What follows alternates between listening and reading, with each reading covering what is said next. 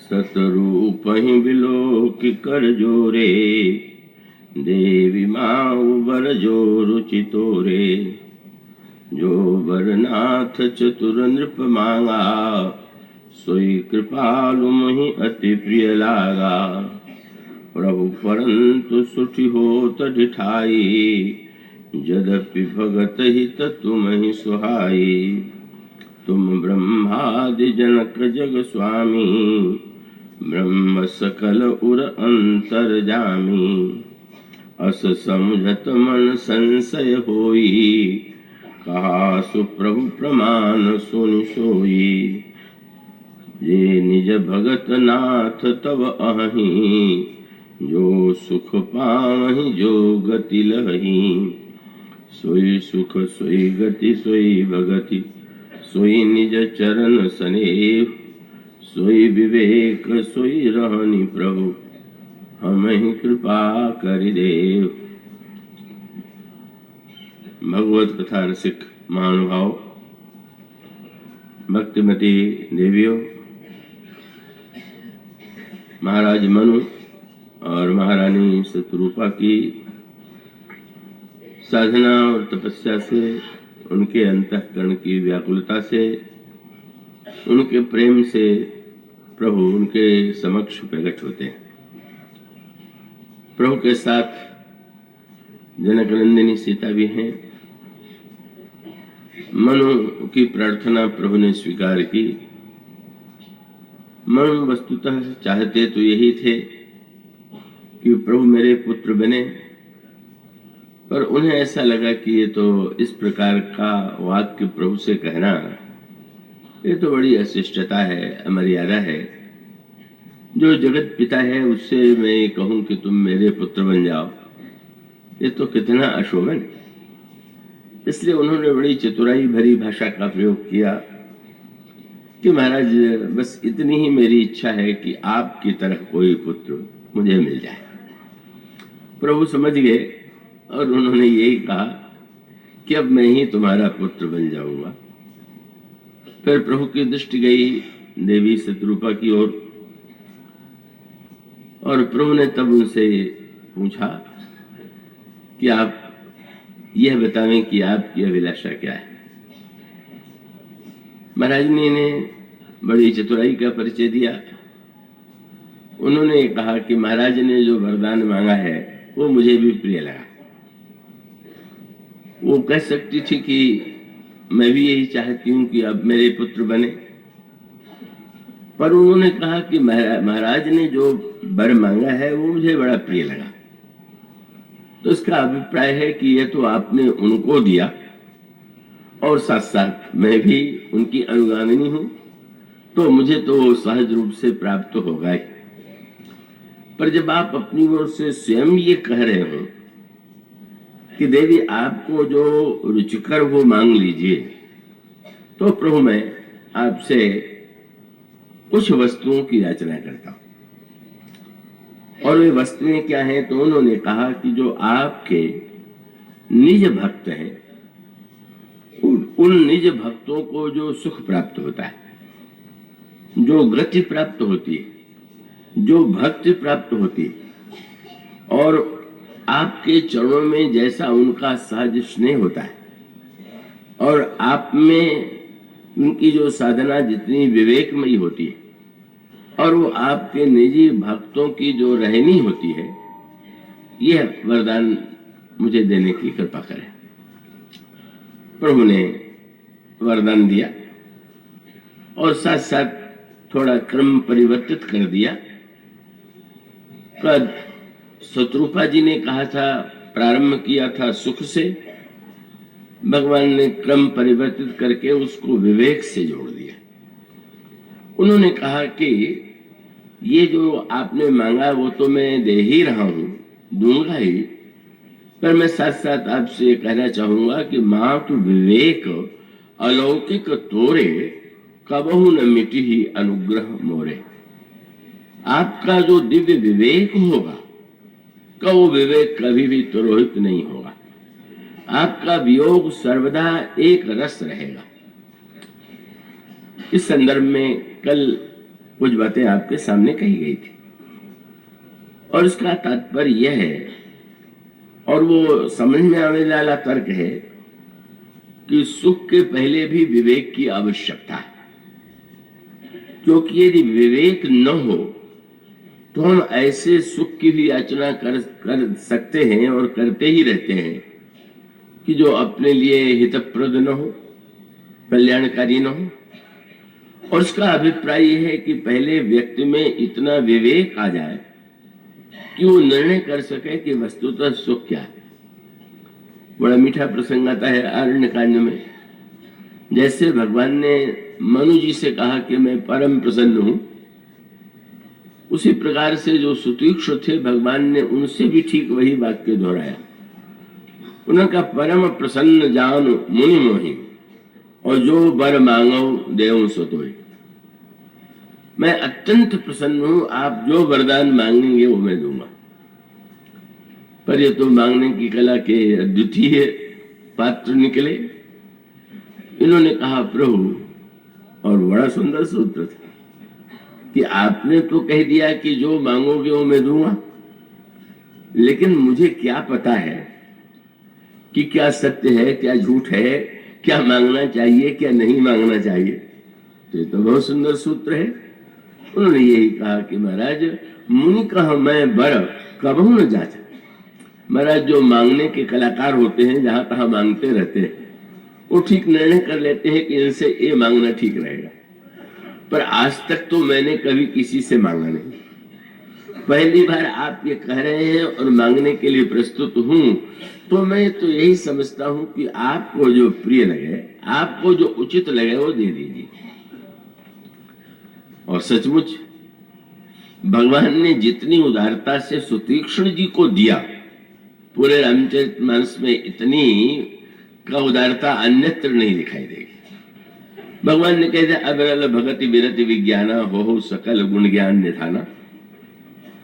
पर अनोखी बात तब हुई कि जब सुतीक्ष्ण जी उस वरदान को मांग पा लेने के बाद भगवान से कहते हैं कि प्रभु जो दीन सो वर मैं पावा, और अब सो देव मोहि जो भावा।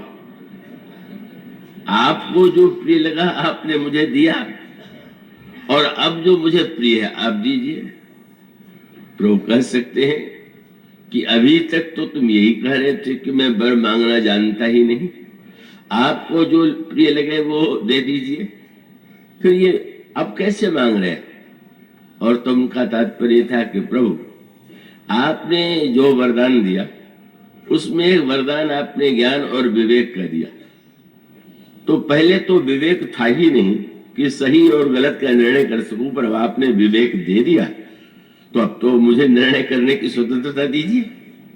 तो उसका भी मूल सूत्र यही है कि जब मांगने वाला विवेक शून्य हो, अब रावण में या कुंभकर्ण में या मेघनाद में, ये रामायण के जो पात्र हैं उनकी तपस्या और साधना क्या साधारण है क्या? वो तो बड़े बड़े तपस्वियों के लिए भी वे साधन कठिन हैं जो रावण ने किया, जो कुंभकर्ण के द्वारा संपन्न हुआ। पर फिर वही प्रश्न था, और उनकी साधना से प्रसन्न होकर के भगवान शंकर भी सामने आ गए और ब्रह्मा भी प्रकट हो गए। किंतु जब विवेक शून्य रावण ने, जब उन्होंने दोनों ने प्रसन्न होकर के यह कहा कि तुम्हें जो मांगना हो मांग लो, तो अगर वो वस्तुतः ध्यान से देखता और इष्ट के स्वरूप की ओर उसकी दृष्टि जाती, का एक और ब्रह्मा है जिनको बुद्धि का देवता स्वीकार किया गया, और दूसरी ओर भगवान शंकर हैं जो साक्षात मूर्तिमान विश्वास है। तो विवेक और विश्वास के घनीभूत रूप रावण को वरदान देने के लिए प्रस्तुत है। और कितना अच्छा होता कि रावण का विश्वास के प्रति विश्वास होता और विवेक के प्रति आस्था होती, तब वो कह सकता था कि आप मेरे लिए जो उचित समझते हैं वो देने की कृपा करें। किंतु ना, उसको यही लगा कि ये क्या देंगे हमें क्या पता, और तब गोस्वामी जी कहते हैं कि उसने वरदान मांगा और भगवान शंकर ने दिया, ब्रह्मा ने दिया, किंतु क्या वह वरदान उसके लिए कल्याणकारी हुआ क्या? और उसका एक ही तात्पर्य कि अगर व्यक्ति में मांगने के साथ साथ विवेक न हो, जो वस्तु वो मांग रहा है वो कल्याण में है कि नहीं, उसका परिणाम हितप्रद है कि नहीं, अगर उसको ये ज्ञात नहीं है तो वो इतने महानतम भगवान शंकर और ब्रह्मा को पा करके भी पार्वती जी ने पूछा, रावण ने आपसे क्या वरदान मांगा? तो रावण ने जो वरदान मांगा था वो तो ये था कि मैं वानर और मनुष्य को छोड़ करके किसी के हाथ से न मरूं। तो फिर वही अपनी बुद्धिमत्ता का गणित कि वानर और मनुष्य तो इतने तुच्छ हैं कि मैं इनको स्वयं ही मार लूंगा।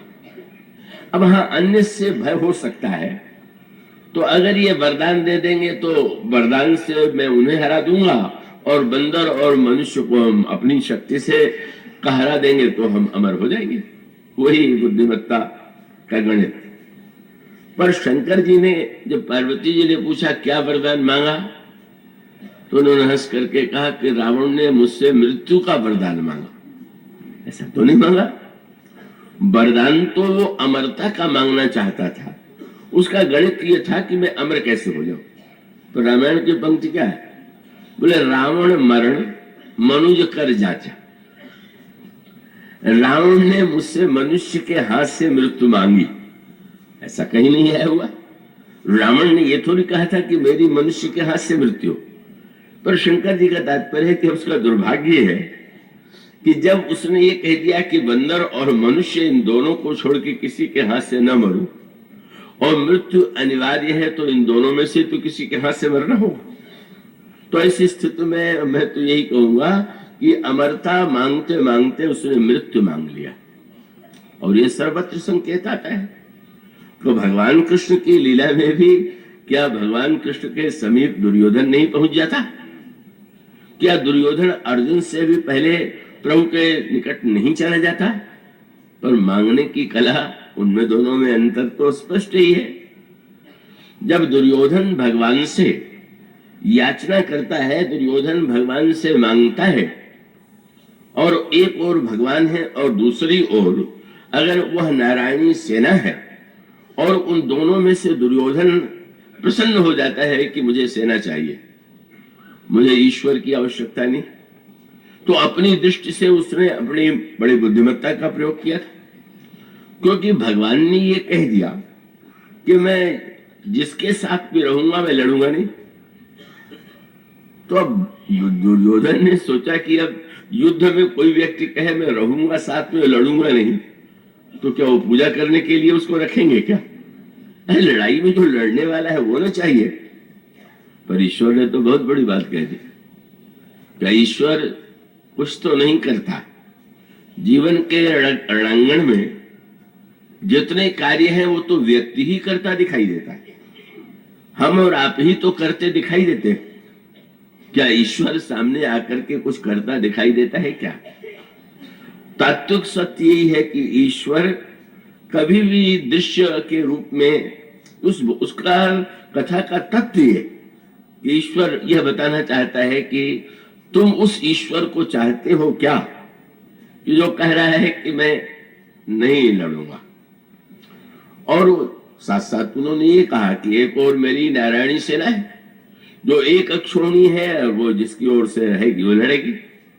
और उसका सूत्र यही है कि इसी सत्य को भगवान ने अर्जुन के चरित्र के माध्यम से प्रकट किया। अर्जुन और दुर्योधन में अंतर विवेक का है।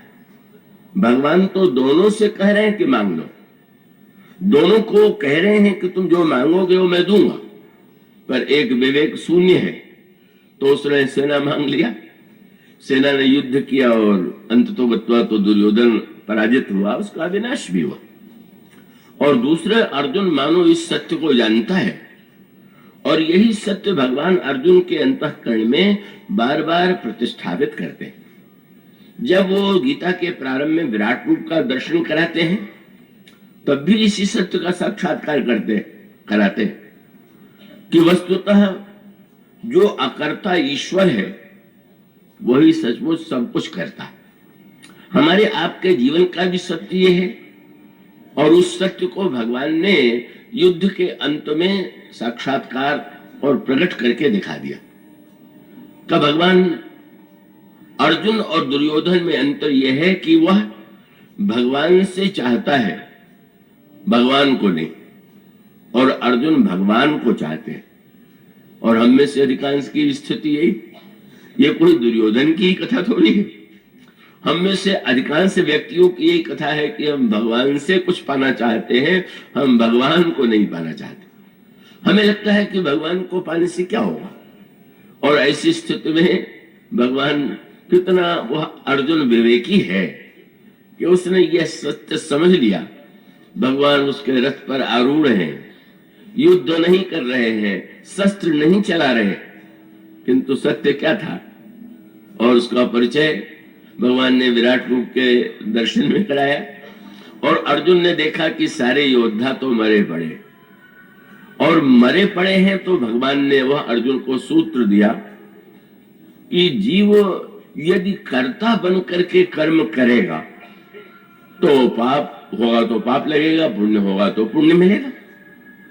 इसलिए तुम इससे अगर मुक्त करना चाहते हो तो इस सत्य का दर्शन करो कि मया एते निहता पूर्वमेव निमित्त मात्रम भव सव्यसाची। वस्तुतः तो मैंने इनको पहले ही मार दिया, तुम्हें युद्ध में केवल निमित्त के रूप में यह दृश्य प्रदर्शित करना है। यह जो सूत्र भगवान ने अर्जुन को दिया, वही जो अर्जुन को गीता ज्ञान माने।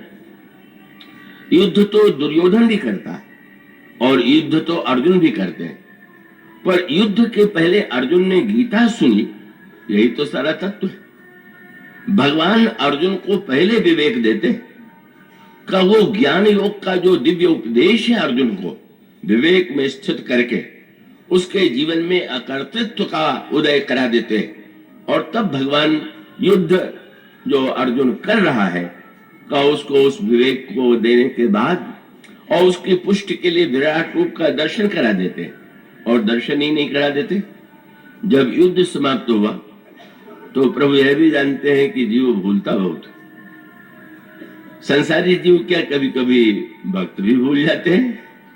पाठ को बार बार भगवान याद दिला देते, और इसीलिए भगवान ने जो पाठ याद दिलाया उसका तत्व यही कि भगवान ने का नित्य तो आप जब सारथी बने तो सबसे पहले अर्जुन से अनुरोध करते थे कि आप रथ पर बैठिए।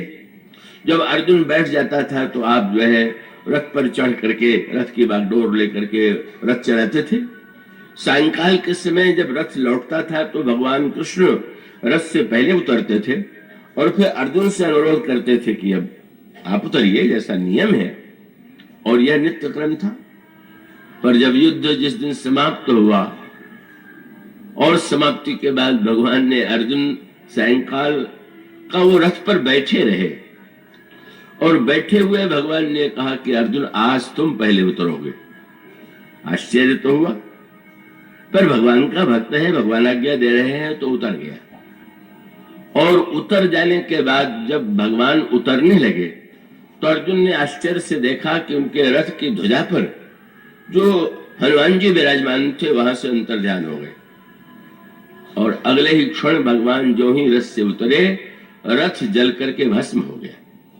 अर्जुन ने आश्चर्यचकित होकर के प्रभु से पूछा यह क्या हुआ, और तब भगवान ने यही कहा कि अर्जुन तुम जब युद्ध में बाण चला रहे थे तो उधर की योद्धा भी तो बाण चला रहे थे, और तुम्हारा रथ अब तक जो बचा हुआ था इसलिए कि उन बाणों को मैंने निरर्थक कर दिया था।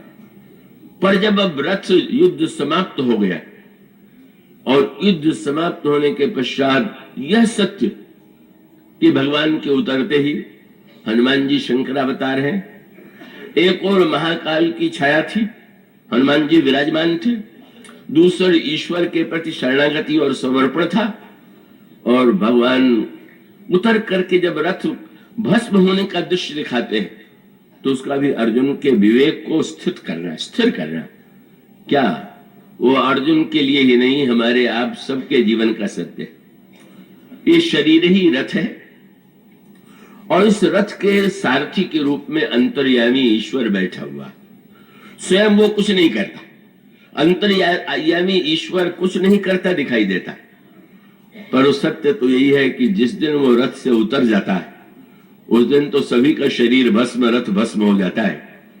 का ये जो सत्य है कि अंत में तो प्रत्येक कौन चला गया, आंख कान इंद्रिय सबके सब है, बस समझ लेना चाहिए कि वही जो सारथी था वो चला गया, और फिर ये जो रथ था जो रोग आदि से न जाने कब नष्ट हो गया होता वो सिद्ध हो जाता है।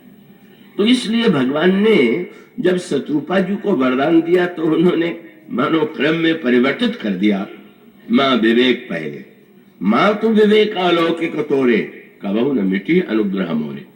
और उसके बाद भगवान ने उसको और भी आप इस क्रम की दृष्टि से विचार करके देखें, ये जो सुख की परिभाषा है ये व्यक्ति के जीवन में क्रमशः बदलती जाती है। अब एक बच्चे का सुख, उसके हाथ में खिलौना दे दीजिए बड़ा सुखी हो गया, उसको मिष्ठान खिला दीजिए, मिठाई खिला दीजिए, बड़ा सुखी हो गया। तो जब वो बच्चा है तो उसके लिए सुख खिलौने और मिठाई में है, और बड़ा होगा तो उसको सुख मिलेगा परीक्षा में पास होने में, और बड़ा होगा तो उसका सुख होगा विवाह में, और बड़ा होगा तो संपत्ति में, और आगे बढ़ेगा तो उसके जीवन में कीर्ति में सुख की कामना होगी। और इस तरह से सुख की परिभाषाएं बदलती जाएंगी। और आप इसको इस दृष्टि से विचार करके देखिए, ये जो 4 प्रकार के फल बताए गए हैं उसके मूल में सूत्र क्या है, मैं आशा करता हूं आप सहजता से सुन रहे होंगे। अर्थ में सुख, काम में सुख, धर्म में सुख। इसके पीछे सूत्र क्या है? अर्थ माने संग्रह का सुख। मनुष्य अर्थ की राशि से प्रसन्न होता है कि मेरे पास इतना अर्थ है। अर्थ है तो चाहे वो स्वयं वो जीवन में उतने अर्थ का उपयोग न करे, पर उसको अर्थ के संग्रह से सुख होता है। और काम माने भोग का सुख। जब मनुष्य अर्थ के द्वारा भोगों को प्राप्त कर लेता है तो मानो काम का सुख माने भोग का सुख। और धर्म का सुख माने देने का सुख। संग्रह का सुख अर्थ है, भोग का सुख काम है, और दान का सुख धर्म है। तो ये तीनों सुख जो है मनुष्य के जीवन में क्रमिक रूप से इनका विकास होता है। और उसके बाद फिर ये जो चौथा सुख है, ये एक बड़े महत्व का सुख की परिभाषा के संदर्भ में है कि ये जो तीनों सुख हैं वो सापेक्ष, मान ये मिले तो सुखी होंगे, संग्रह होगा तो सुखी होंगे, भोग मिलेगा तो सुखी होंगे, दान देंगे तो सुखी होंगे।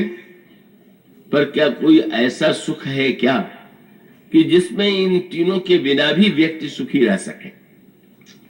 और इसी को रामायण में निज शब्द से गोस्वामी जी व्याख्या करते हुए कहते हैं, निज सुख बिनु मन होई की थीरा, परस की होई विहीन समीरा।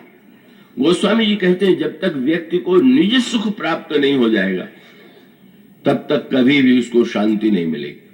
निज सुख का अभिप्राय कि जो सुख दूसरों से उधार लेना है, पता नहीं कब देना बंद कर दे। संसार में सुख की चाह बढ़ रही है, हम हर समय दूसरों से सुख मांग रहे हैं। थोड़ा लोग दे देते हैं, फिर देते देते कह देते हैं कि बस जब देखो तो मांगते रहते हो। तो अब ये सुख माने बाहर से कोई आया हुआ सुख नहीं, निज सुख। ये निज सुख बिनु मन होय कि थीरा, वही मूल शब्द निज शब्द से ही जुड़ा हुआ है। और यह निज सुख जब पाना चाहे तो एक तो वेदांत का निज सुख है और दूसरा भक्तों का अपना निज सुख है। इसी क्रम में आप देखेंगे जो प्रसंग कल आपके सामने चल रहा था, और फिर वही बड़े महत्व का सूत्र कि भक्त जब निज सुख के लिए कह रहा है, शत्रुपा जी निज सुख के लिए कह रही है, तो इसका लगता है कि वो तो बड़ी स्वार्थी। कोई व्यक्ति अपने लिए सुख मांगे तो यही तो लगता है कि वो स्वार्थी, लेकिन यही तो सारा रहस्य छिपा हुआ है। और उसका अभिप्राय यह है कि निज सुख ही जो है वो सब कुछ। और इसका तात्पर्य क्या है कि भाई जो आपके पास है वही तो आप बांट सकते हैं। हम स्वयं दुखी हो और दूसरों को सुख बांटते फिर, कैसी विडंबना है। हमारे पास है नहीं और हम बांट रहे हैं।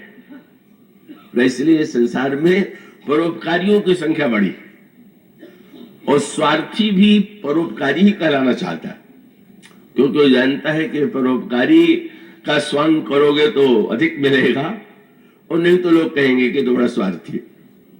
तो व्यक्ति जो है वस्तुतः परोपकारी बनता है। बड़ी परोपकार तो बहुत बड़ा गुण है, पर वो उपकार में आप जो है, जो वस्तु है, आप उसको छोड़ के कहां से देंगे। इसलिए रामायण का महत्वपूर्ण सुख है कि पहले अपने जीवन में सुख को पा लीजिए, आपका अपना सुख हो जाए और उसके बाद आप दूसरों को बांटिए।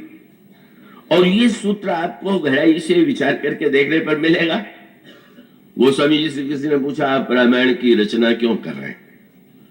तो लिख सकते थे कि लोगों का उपकार करने के लिए। कई लोग लिखते हैं, कई लेखक घोषणा करते हैं कि मैंने तो लोक कल्याण के लिए, परोपकार के लिए लिखा है। गोस्वामी जी ने कहा कि मैंने तो अपने सुख के लिए लिखा। स्वांथ सुखाय तुलसी रघुनाथ गाथा इतना महत्व का और सांकेतिक है। गोस्वामी जी जब ये कहते हैं मैंने अपने अंतःकरण के सुख के लिए, तो मानो रामायण का सूत्र है कि पहले स्वार्थी बनिए, और स्वार्थी बनिए नहीं, सच्चे स्वार्थी बनिए। किसी ने कहा कि संसारी लोग स्वार्थी होते हैं और भक्त लोग जो है वो निस्वार्थ होते हैं। गोस्वामी जी ने कहा बिल्कुल नहीं, सच्चे स्वार्थी तो भक्त ही होते हैं। और शब्द आपको रामायण में मिलेगा। कौन कहता है कि भक्त निस्वार्थ होता है? क्यों? उन्होंने यही कहा कि ये स्वार्थ सांच जीव कह एहु, मन क्रम बचन राम पद नेहु। और उसका अभिप्राय यह है कि अधिकांश लोगों की समस्या यह है कि वो अपने आप को स्वार्थी कहलाने में संकोच करते हैं, पर बेचारों को लोग स्वार्थी कहने लग जाते हैं। और ये भक्तों को निस्वार्थ मानते हैं, लेकिन वो तो स्वार्थी।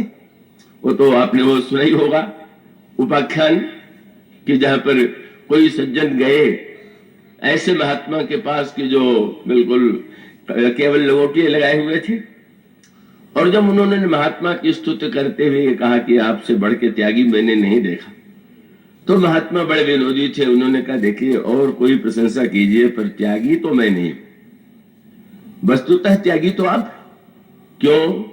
बोले संसार के जो माइक सुख हैं, भगवान जैसे महान को पाने के लिए मैंने छोड़ दिया, तो मैं तो स्वार्थी हूं। हाँ, आप त्यागी हो सकते हैं कि आपने भगवान को ही छोड़ दिया है। और उसका अभिप्राय यह है कि व्यक्ति जो है स्वार्थ सांच जीव कह एहु। श्री भरत जी ने तो यही कहा अयोध्या में, जब उन्होंने अयोध्या के राज्य को लेना स्वीकार कर दिया तो लोगों ने कहा कितने बड़े त्यागी है। श्री भरत जी ने कहा मेरे विषय में बिल्कुल भ्रम मत पालिए, मैं कोई त्यागी नहीं हूं, मैं तो महान लोभी हूं। और रामायण में श्री भरत जी अपना परिचय लोभी के रूप में देते। और गोस्वामी जी भी जब उनकी वंदना करने लगे तो उनके त्याग तपस्या की वंदना नहीं की, उनके लोभी होने की वंदना की। आप वो रामायण में भरत जी की वंदना जब पढ़ते हैं तो उसमें यही तो आता है, प्रणव प्रथम भरत के चरणा, जासु नेम व्रत जाई न वर्णा, राम चरण पंकज मन जासु, लोबुध मधुप इव तजई न पासु। किसी ने कहा अयोध्या के राज्य में जो भ्रमर चंपक के बाग में जैसे भौरा रहता है, अवध राज सुरराज सिहाही, दशरथ धन सुनि धन ले जाही, तेहि पुर बसही भरत विनुरागा, चंचरीक जिमि चंपक बागा। अयोध्या के उस विशाल राज्य को जिसके लिए इंद्र और कुबेर भी लोग करते हैं, लोभ करते हैं, भरत ने उसी तरह से छोड़ दिया जैसे भौरा चंपे के बाग को छोड़ देता है। इतना बड़ा त्याग। गोस्वामी जी ने कहा यहां जो भौरा त्यागी दिखाई दे रहा वो देख लो, चंपे के फूल का रस नहीं ले रहा, पर राम के चरण रस का पान करने वाला यह भौरा। और श्री भरत ने कहा भी कि आप मुझे त्यागी समझते हैं, आप समझ रहे हैं कि मैं अयोध्या का राज्य पद दे करके बड़ी वस्तु दे रहा हूं, और मैं जब छोड़ रहा हूं तो आप समझ रहे हैं कि मैं त्याग कर रहा हूं। बिल्कुल नहीं। आप दे रहे हैं छोटा पद और मुझे चाहिए बड़ा पद। किसी को राज्य मंत्री के लिए निमंत्रित किया जाए और नहीं कर दे, लगे कि बड़ा त्यागी है, मंत्री नहीं बनना चाहता, पर पता लगाने पर चला कि उसको असंतोष है कि उसको राज्य मंत्री क्यों बनाया जा रहा है, उसे तो पूर्ण मंत्री बनना। तो श्री भरत ने यही कहा, आपन दारुण दीनता सबहि कहूं समुझाए, देखे बिनु रघुवीर पद। मुझे भी पद चाहिए और वह भगवान राम का पद चाहिए। इसका अभिप्राय है कि स्वार्थी बनना अच्छा है। परमार्थी बनने में जो एक पाखंड या दंभ की संभावना है, क्योंकि अगर परोपकार की वृत्ति सचमुच वो भी आती है, पर परोपकार की वृत्ति अगर केवल प्रदर्शन के लिए है, केवल दंभ की वृत्ति से है, दिखावे के लिए है, गोस्वामी जी ने व्यंग्य कर दिया। उन्होंने कहा कलयुग में तो सारी परिभाषाएं बदल गई, और तब उन्होंने कह दिया कि रामायण में संत का लक्षण लिखा हुआ है, पर कलयुग में गोस्वामी जी ने यहां तक कह दिया कि सभी लोग किसे संत मानते, बोले मिथ्यारंभ दंभ रत जोई, ताकह संत कहत सब कोई। जो झूठ बोलने में अत्यंत निपुण हो, जितना बड़ा दंभी हो, सभी लोग कहेंगे बड़े ऊंचे संत हैं। तो ये मानो हमारे जीवन का जो एक ऐसा विडंबनात्मक पक्ष है। भक्त तो संत कहता है मैं निस्वार्थ नहीं, तुलसीदास जी कहते हैं मैं तो ये जो रचना कर रहा हूं वो अपने अंतःकरण के सुख के लिए कर रहा हूं। लेकिन सर्वत्र सूत्र ये कि भरत का जो या हनुमान गोस्वामी जी का, इन लोगों का जो स्व है, उस स्वार्थ में जितना बड़ा परमार्थ है, उतना परमार्थ में दिखाई देने वाले व्यक्तियों में वैसा परमार्थ नहीं। और वो सूत्र आपको सर्वत्र मिलेगा। क्यों? भक्त चाहता है सुख, निरपेक्ष सुख चाहता है, जिसमें किसी की कोई बंधन न हो कि यह सुख ऐसे मिलेगा, और वो सुख पा लेने के बाद वो बांटता है। क्यों बांटता है? संसार में जो सुख की सामग्री है उसमें बांटने में व्यक्ति को डर लगता है कि इतना बांटेंगे तो इतना कम हो जाएगा, पर ईश्वर का ये सुख ऐसा है, इसको कितना भी बांटिए कभी कम होता ही नहीं। क्यों?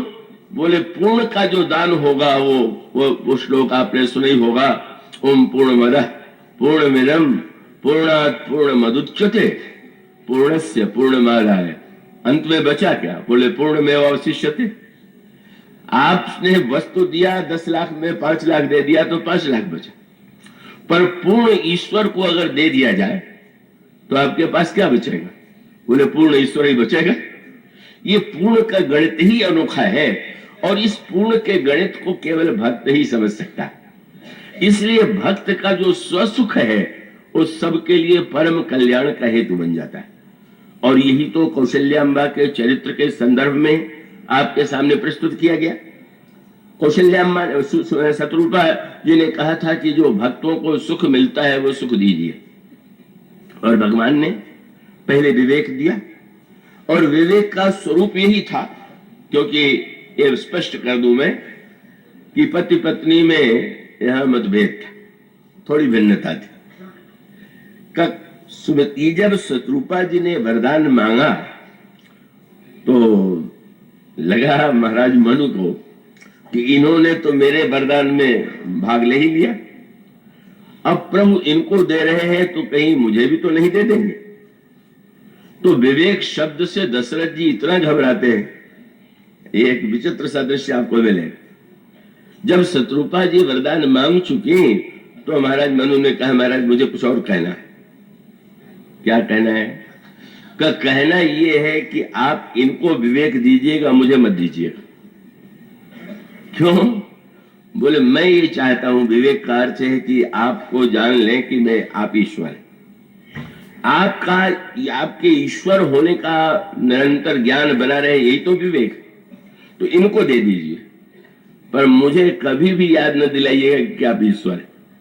मैं केवल आपको अपना बेटा समझूं।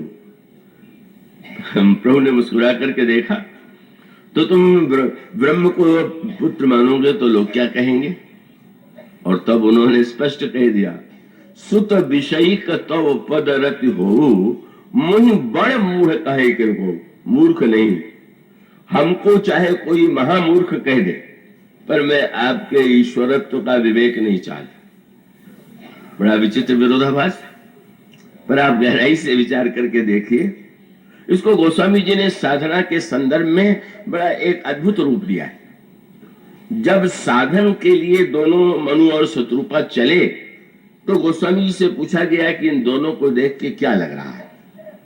तो गोस्वामी जी ने कहा, पंथ जात सोहई मति धीरा, और ज्ञान भगत जनु धरे शरीरा। मन को देख करके लगा कि जैसे ज्ञान जा रहा है, और शत्रुपा को देख करके लगा कि जैसे भक्ति, सिद्ध ज्ञान और सिद्ध भक्ति नहीं, साधन ज्ञान और साधना भक्ति, ये दोनों जा रहे हैं। पर अनोखी बात हो गई, वरदान में उल्टी बात हो गई। विवेकी ने भक्ति का वरदान मांगा और भक्ति ने विवेक का वरदान मांग लिया। मानो एक दोनों के पूरक रस जो है। शत्रुपा जी भक्ति का वरदान तो मांगती हैं, पर विवेक मांग देती हैं, वो तो महाराज मनु का पक्ष है। और जब महाराज मनु ने ये कह दिया कि मैं केवल आपको पुत्र, मुझे नहीं चाहिए आपके ईश्वरत्व का विवेक, तो बस यूं कह लिए, यूं समझ लें कि भाई अगर रस और तत्व ये दो शब्द है, तो रस और तत्व जो है उन दोनों का अपना महत्व है। वास्तविक जो सत्य है वो तो तत्व है, और रस जो होता है वो भावनात्मक होता है। किंतु मनुष्य की प्रकृति में रस लेने की एक आकांक्षा है, वृत्ति है। और उसको अगर व्यवहारिक दृष्टांत दे रस तत्व से अलग होकर के, कि जैसे जब सोने का गहना बनता है तो तत्वतः वो सोना है, पर जो उसकी आकृति है उसके आधार पर उसके नाम अलग अलग है। किंतु व्यवहार में जब कोई खरीदने जाता है तो कहता है मुझे हार चाहिए, कंकड़ चाहिए, गहने का नाम लेता है। और नाम लेने का तात्पर्य है कि धारण करने के लिए जब आभूषण हम लेंगे अपनी शोभा बढ़ाने के लिए, तो हमें तत्व नहीं, हमें उसकी आकृति चाहिए, उसी के द्वारा हमारी शोभा बढ़ेगी। हाँ, ये बात और है कि ये जो सराफ और सुनार होते हैं ये बड़े चतुर होते हैं और इससे लाभ ही लाभ में रहते हैं। क्या, जब बेचते हैं तो गहना आभूषण और खरीदते हैं तो सोना। जब वो बेचेंगे तो कहेंगे इतना सोना है, इतना आभूषण की बनवाई लगी, इतना दाम हुआ, और लोग प्रसन्नता से दे देते हैं। और बेचने जाइए तो बिल्कुल चर्चा भी नहीं करेगा कि आभूषण है, तौलेगा इतना सोना है, इतना है, कौन कहे कि वो दाम लौटावेगा नहीं, कहेगा ये सोना है और गहना बना था इसलिए इसमें थोड़ा टाका लग गया तो और भी थोड़ा काटेंगे। ये होते हुए भी व्यक्ति जानता है कि लाभ तो उस स्वर्णकार और शराब को ही है, लेकिन लेने वाले को पहन के कितना आनंद मिलता है, और उस आनंद के लिए वो आभूषण तो खरीदता है। तो ये रस और तत्व जो है, तत्व का पक्ष विवेक का पक्ष और भावना का पक्ष रस का पक्ष है। दोनों को अगर आप गहराई से विचार करके देखें तो दोनों का अपना अपना आनंद है। तो ये जो आनंद है उसको आप एक दृष्टांत के रूप में यूं देखें कि आप नाटक में जब नाटक देखने जाएं तो विवेकी बन करके देखें कि भावुक बन के देखें, विवेक में रहें कि भावना में रहें। और इसका सीधा सा तात्पर्य है कि अगर आप बहुत बुद्धिमान बन करके नाटक देखने बैठे और हर क्षण कहते रहे कि अरे सब तो नाटक है, ये तो फलाना ये बन गया है, कितना झूठा है, हरिश्चंद्र बना हुआ दिखाई दे रहा, कितना ये है कि ऐसा दिखाई दे रहा है, तो आप 3 घंटे अपना भी समय नष्ट करेंगे और बगल वाला भी कहेगा कि क्या सारा रस को नष्ट किए दे रहा है। तो जब आप नाटक का रस लेंगे तब तो भावुक बन के ही ले सकते। क्या भूल जाएं कि ये जो है का कोई अभिनेता बोल रहा है। अभी कानपुर में मानस संगम आयोजन किया गया था, उसमें वो पधारे थे वो सज्जन जिन्होंने रामलीला में रामायण जब निकल रही थी उसमें रावण का अभिनय किया था।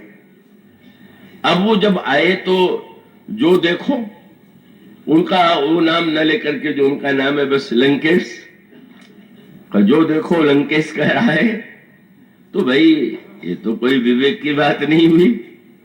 का विवेक की बात नहीं में, जब आप देख रहे हैं उस समय तो जो लंकेश है उसको लंकेश देखिए, और बाद में भी आप उसको लंकेश कहते रह जाएं, तो ये विवेक, इसका अर्थ है देखिए तो भावुक बन करके, और नाटक के बाद बन जाइए विवेकी, तो आप दोनों का आनंद लेंगे। नाटक देखते तो मैं विवेकी बन गए तो भी नाटक का आनंद नहीं आएगा, और नाटक देखने के बाद भी केवल भावुकता में रहे, विवेक में नहीं आए, तो भी आपके सामने वो समस्या आएगी। इन दो मुझे स्मरण आता है, एक स्थान पर मैं गया था और वहां पर के जो सज्जन थे प्रधान, उन्होंने कहा कि मीरा नृत्य नाटिका हमारे विद्यालय की बालिकाओं ने तैयार किया है, बड़ा सुंदर, देखना चाहेंगे? अवश्य देखेंगे। जब वो दिखाने लगे तो मीरा का भावपूर्ण दृश्य चल रहा था, मैं बिल्कुल उस स्वर में, उस भाव में डूब करके आनंद ले रहा था कि अचानक वो सज्जन जो प्रधान थे उन्होंने धीरे से मेरा हाथ दबाया, बोले ये जो मीरा है मेरे चपरासी की लड़की। अब मैंने कैसे, हमने कहा भाई, मुझे आश्चर्य हुआ कि यही समय था बताने का, कि वो तो इतने देखा कि बड़े भावुक हो रहे हैं, तो ये दिखाना चाहते थे कि मेरे चपरासी की लड़की ने कितनी सफलता से उन्नति किया। तो उस लड़की ने उन्नति की होगी, पर मेरे नाटक का रस तो उन्होंने सत्यानाश कर दिया। तो इसका अभिप्राय यह है कि भाई तन्मयता के लिए आवश्यक है। तो दशरथ जी का पक्ष वही है कि आप जो मैं पुत्र आपको बनाऊंगा, और पुत्र बनने के बाद भी अब आपको मैं यही समझता रहा हूं कि ये तो ईश्वर है, ये तो ईश्वर है, तो महाराज वो तो पुत्र जैसा वात्सल्य, पुत्र जैसा प्यार, पुत्र जैसी आप और हमारे बीच में वो कैसे अपनत्व होगा। इसलिए मुझे नहीं चाहिए विवेक, मुझे तो केवल अशुद्ध आपको भावना, मैं भक्त के रूप में मैं चाहता हूं कि आप मेरे पुत्र बने, और पुत्र बनने के बाद भी मैं जीवन भर आपको पुत्र ही समझता हूं। और भगवान उन दोनों को स्वीकार कर लेते हैं। यदि कल के प्रसंग को यदि आप नहीं भूले होंगे, तो अंत में भगवान को का वो देना पड़ा कि महाराज श्री दशरथ को भी विवेक, भले ही उन्होंने न चाहा हो, पर जब नाटक समाप्त हुआ तो भगवान ने उनको विवेक दे ही दिया कि नहीं ठीक है, नाटक का आनंद लेने के लिए तो विवेक की ही आवश्यकता नहीं, और आपने पूर्ण रस लिया। और यही अंतर है। महाराज दशरथ यदि श्री राम के वियोग में प्राण का परित्याग कर देते और महाराज महारानी कौशल्या परित्याग नहीं करती, तो उसके मूल में तो एक ही तत्व है। कौशल्या जी का जो विवेक है स्थिर है, और महाराज श्री दशरथ ने तो श्री राम को कभी ईश्वर माना ही नहीं, और भगवान राम ने कभी भी उनको ईश्वरत्व बताने और दिखाने की चेष्टा नहीं। ये दिखाना चाहते थे कि आपने विवेक मांगा, और वो विवेक के रूप में मैं यह बताना चाहता हूं कि वस्तुतः मैं हूं कौन, और आपकी प्रसन्नता के लिए मैंने ये रूप स्वीकार किया है। इस सत्य का विवेक कराने के लिए भगवान ने जब दर्शन कराया तो शत्रुपा जी फिर विचार करने लगे। अच्छा, इतने दिनों से मैं ये समझ रही थी कि मेरे गर्भ में बालक है, पर यह जो विशाल का ये सामने खड़े हैं श्री विग्रह, और जब साक्षात ये ईश्वर हैं, और रोम रोम में वेद कहते हैं कि उनके ब्रह्मांड है, तो ब्रह्मांड निकाया निर्मित माया रोम रोम प्रतिवेद कहे, तो मम उरसो बासी सो उपहासी सुनत धीर मत थिर न रहे। यह अनंत कोटि ब्रह्मांडों को धारण करने वाला ईश्वर हमारे छोटे से गर्भ में कैसे आ सकता है? मानो इसको बड़ा महत्व दिया गया रामायण में, और देवर्षि नारद ने भक्ति सूत्र में ये कहा कि भगवान के प्रति भक्ति की दृढ़ता के लिए भी विवेक की आवश्यकता है। जैसे जो भूमि होती है वो रसमयी, या जल जो है वो रसमय, भूमि शुष्क है, लेकिन उस शुष्क भूमि के ऊपर ही तो जल टिका हुआ। तो गोस्वामी जी का सूत्र यह है कि भगवान जो है विवेक और इसका अभिप्राय है कि अगर हम श्री राम को या भगवान कृष्ण को एक मनुष्य के रूप में देखें, केवल एक व्यक्ति के रूप में देखें, तो आनंद आ सकता है, पर आनंद आने के साथ साथ हमारे अंतःकरण में विपरीत बुद्धि भी आ सकती है, आती है। भगवान राम के चरित्र में जितनी नहीं आती, भगवान के कृष्ण में के चरित्र में तो पग पग पर वो समस्या आती है।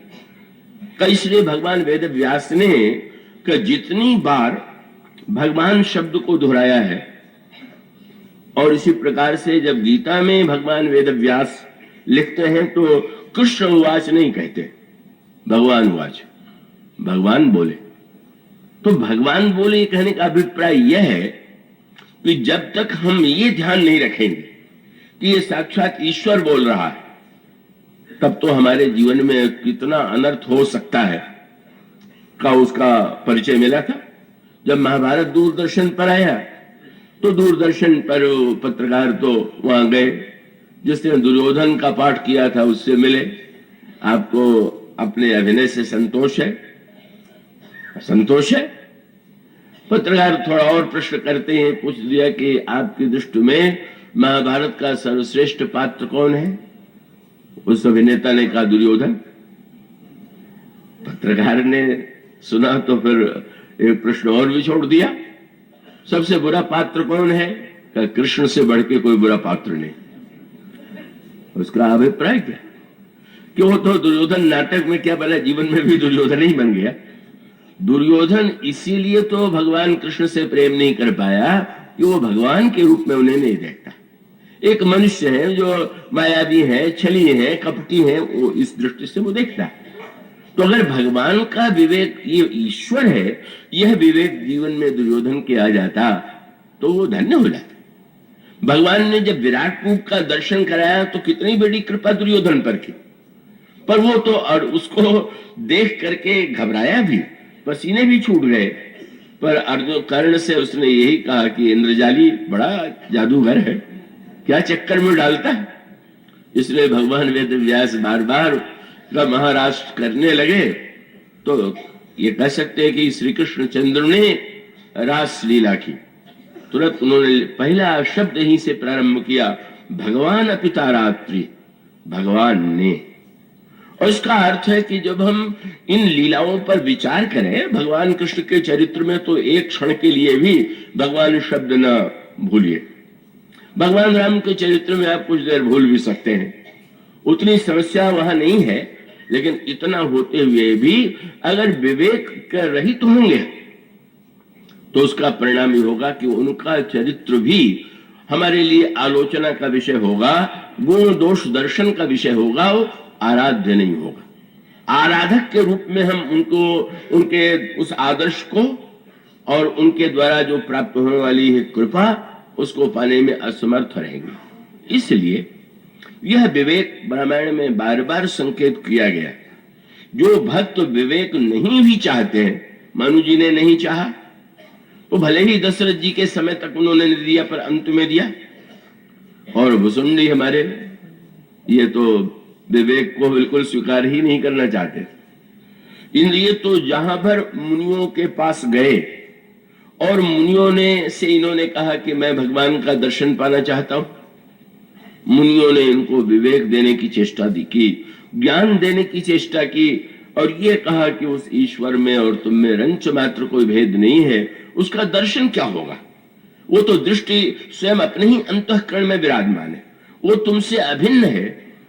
पर भावुक भुसुंडी जी को ये कुछ स्वीकार नहीं था, बिल्कुल मानने के लिए प्रस्तुत नहीं, और नहीं प्रस्तुत है तो वो भी एक पक्ष है। इसका अर्थ है कि उन्होंने जो तर्क किया वो तर्क अपने स्थान पर महत्वपूर्ण था। उन्होंने यही कहा कि महाराज आप बिल्कुल ठीक कहते होंगे, पर जो हमारे नेत्रों की मांग है पहले पूरी कीजिए। भर लोचन विलो की अवधेसा और तब सुनी हूं निर्गुणोपदेश। पहले नेत्रों से हम भर लोचन श्री राम का दर्शन कर ले, फिर स्थान बचेगा तो कान से सुनेंगे भी। गोपियों का वही तो वाक्य है जहां पर वो कहती हैं उद्धव जी का उपदेश सुन करके रखें कहां, उपदेश तो बहुत अच्छा है, लेकिन ना ही न रहो मन में ठो। मेरे मन में कोई स्थान हो तो न मैं आपका उपदेश रखूं। तो ऐसी स्थिति में भुसुंडी जी ने यही कह दिया कि महाराज, पहले मुझे श्री राम का रूप चाहिए, उसके बाद आपका निर्गुण उपदेश में सुनूंगा। और तब और सुंदर दृष्टांत दिया। महाराज, किसी समुद्र के या नदी के किनारे खड़े होकर के कोई मछलियों को उपदेश देने लगे। क्या एक जगह पड़ी पड़ी का अपना जीवन खो रही हो, जरा कलकत्ते की सड़कों पर तो चलो, देखो क्या क्या दृश्य दिखाई देगा। क्या उसके लिए संभव है? उन्होंने कहा, राम भगति जल मम मन मीना कि मैं बिलगाई मुनि से प्रवीणा। भगवान की भक्ति के जल में मैं मछली की तरह हूं। तो महाराज, ये मछली क्या करे? अंत तो गत्वा विजय हुई, उनको सगुण साकार भक्ति मिली, और मिलने के बाद वो भगवान राम को सर्वत्र नहीं देखते। लिखा हुआ है कि जब भगवान अवतार लेते हैं तो उस समय वो अपने आश्रम से चल करके आते हैं, और 5 वर्ष तक भगवान की इस बाल लीला में भाग लेते हैं, और 5 वर्ष लीला में भाग लेने के बाद तब वो प्रस्थान करते हैं। तब फिर वही सूत्र है। भगवान को ये लगा कि भले ही ये विवेक से निरंतर भागता रहता है, लेकिन भगवान तो भुसुंडी जी को निरंतर प्रसाद दिया ही करते थे।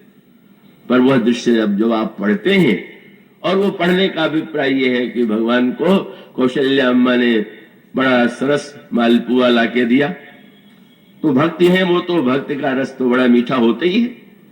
और भुसुंडी जी प्रसन्न हो गए, क्योंकि वो प्रसाद उनको नित्य मिला करता था।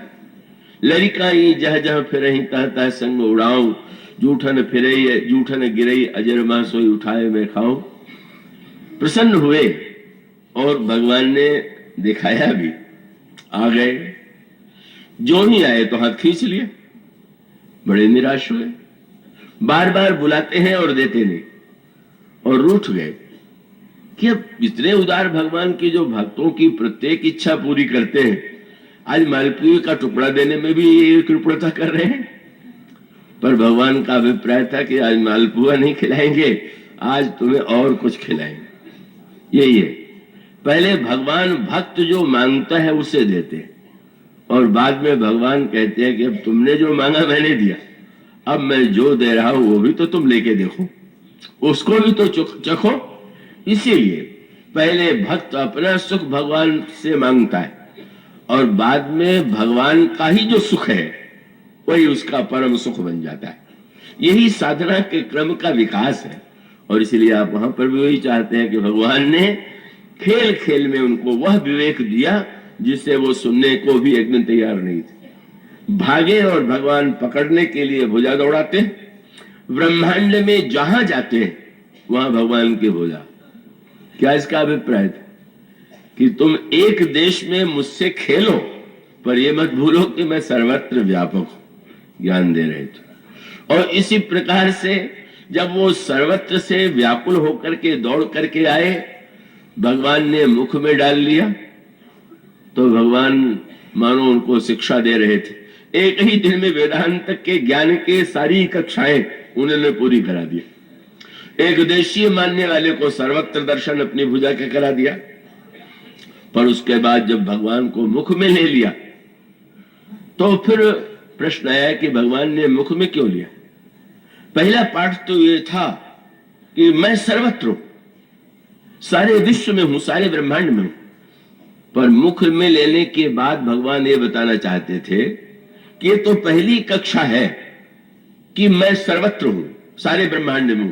सत्य तो यह है कि सारा ब्रह्मांड मुझ में, क्योंकि मैं ब्रह्मांड में होऊंगा तो जितना बड़ा ब्रह्मांड होगा उतने बड़ा तो मैं रहूंगा।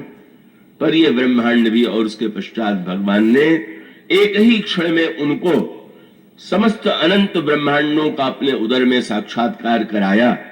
और साक्षात्कार कराने के बाद का जब निकल आए तो भगवान ने दिखा दिया 102 घड़ी में केवल उन्होंने 101 कल्प का दर्शन करा दिया।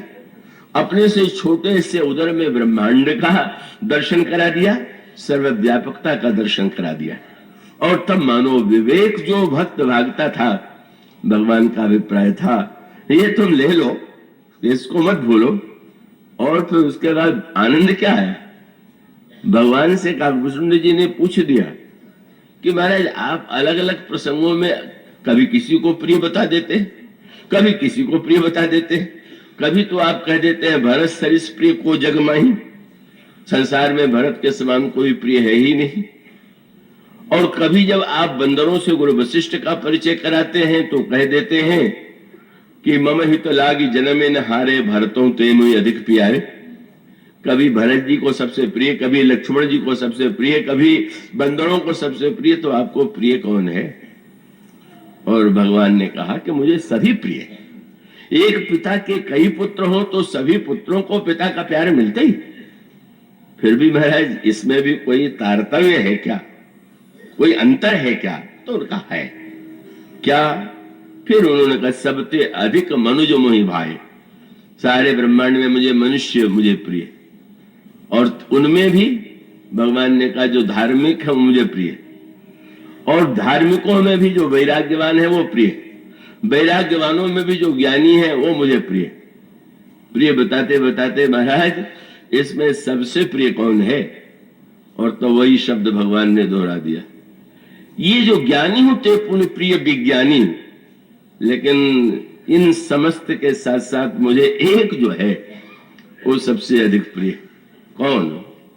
बोले तीनते पुण्य मोहि निज प्रिय दास। ये जो हमारे निज दास हैं ये हमें सबसे अधिक प्रिय। और तुम्हें मैंने निज जन समझ करके तुम मेरे अपने हो, और अपने हो तो तुम्हारे इसके लिए ही तुम मुझे बड़े प्रिय हो। तुमसे बढ़कर के जो अन्यत्र है उनकी सबकी सभा में प्रशंसा करता हूं, पर अकेले में बात करना और बात होती। सभा में तो भाई लोगों को प्रसन्न करना है, पर एकांत में तो अपने हृदय की बात खोल करके बोले उनका सबसे पूरे मुझे अपना निज दास है। और उस विवेक के बाद फिर वही तुरंत गोस्वामी जी ने कहा कि जब भुसुंडी जी को ज्ञान प्राप्त हुआ तो अब तो ज्ञानी बन गए ना ना, बोले लगे करण शिशु कौतिक थे। फिर वही खेल शुरू हो गया। खेल शुरू होने के बाद आंखों में आंसू हो गया, कौशल्या जी ने दूध पिलाने में देर कर दिया। मानो भगवान कहते हैं विवेक को अपने अंतःकरण में सुरक्षित रहते हुए भी आओ लीला वही हो जाए जिसमें रस का आनंद आ रहा है। और यही कौशल्या जी के प्रसंग में हुआ। पहले विवेक दे दिया, पर उपजा जब ज्ञाना प्रभु सुखाना, चरित बहुत विधि कीन चाहे, कही कथा सुहाई मां तो बुझाई, यही प्रकार सुत प्रेम जाए। नहीं नहीं, पुत्र का प्रेम तो मुझे मिलना चाहिए। फिर मां से पूछ दिया अब आपको कौन सा सुख चाहिए? मां ने यही कहा कि जय शिशु लीला अति प्रिय शीला, यह सुख परमाणु। और वह ईश्वर जो था नन्हा बालक बन करके रोने लगा, और वो रोते हुए ईश्वर ने ऐसा रुदन किया कि सारे जीवों का आनंद सुख का निमंत्रण मिल गया सारे अयोध्या वासियों को।